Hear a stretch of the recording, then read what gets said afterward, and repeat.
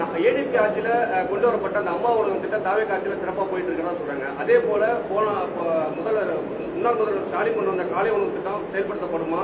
பள்ளிகள் திறக்க போகுது. இல்ல பொதுவா எந்த திட்டத்தையும் நாம் நிறுத்த நோக்கம் நமக்கு இல்லையே. எல்லா திட்டத்தையும் சக்சஸ்ஃபுல்லா பண்ணவன் யார் கொண்டு வந்தாங்கிறதெல்லாம் கணக்கு இல்ல. புரியுதுங்களா? இருங்க, இந்த திட்டம் கொண்டு வந்தாங்க நிறுத்தினா அவங்களாட்ட நமக்கு கிடையாது. புரியுதுங்களா? அவங்க தான் அதை நிறுத்தினாங்க. அம்மா கிளினிக் நிறுத்தினாங்களா இல்லையா? நீங்க யாராச்சும் கேட்டீங்களா?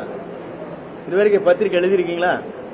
அங்க போட்டாதான் பத்திரிக்கை விளம்பரமே கொடுக்க மாட்டோம். அடுத்த நாள் காலி பண்ணிடுவாங்க.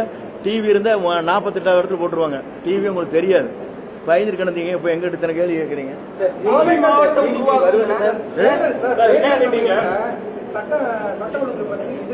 இருங்க, நான் சொல்றேங்க. ஒரு சின்ன இன்சிடென்ட் ஒன்ன வச்சு நீங்க பண்ணக்கூடாது. இருங்க, நான் ஒரே ஒரு கேள்வி. பாலியல் குற்றம் நடைபெற்றவுடன் 24 மணி நேரத்தை கைது செய்து அவர்களை குண்டர் சட்டத்தில் போட்டிருக்காங்க இல்லையா? இதை நடந்திருக்கா? இந்த கேஸை பொறுத்தளவுக்கு நீ பாருங்க, எவ்வளவு விரைவாக ஜட்ஜ்மெண்ட் இந்தியாவிலேயே முதல் முறையாக கொடுக்க போறாங்களா இல்லையா பாருங்க. அதெல்லாம் அப்புறம் பேசலாம். பொதுமக்களுக்கு விரைவாக சேவை, ஊழலற்ற அலுவலக நடைமுறை இதை வலியுறுத்தப்பட்டிருக்க. ஆமா, நீங்க அதுக்கு ஏதாச்சும் வழிவகை இருக்கீங்களா? இங்க ஊழல் நடந்திருக்கு, இவங்க காசு வாங்கிக்கணும் ஆராய்ச்சி பத்தி போட்டிருக்கீங்களா? போடுங்க. இப்ப நாங்க நடவடிக்கை எடுக்கிறோம். நீங்க கேள்வி மட்டும் கேட்கறீங்க. கேள்வி கேட்கிற உரிமை உங்களுக்கு இருக்கு. அதுல உதவி செய்ய வேண்டிய உரிமை உங்களுக்கு இருக்கு இல்லையா? ஜனநாயகத்துல நீங்களும் குடிமகன் தானே. ஏன் நீங்க இந்த குற்றச்சாட்டு மட்டும் சொல்றீங்க? ஏங்க நீங்க காட்டி கொடுக்கல? தப்பு பண்றாங்க இந்த இடத்துல.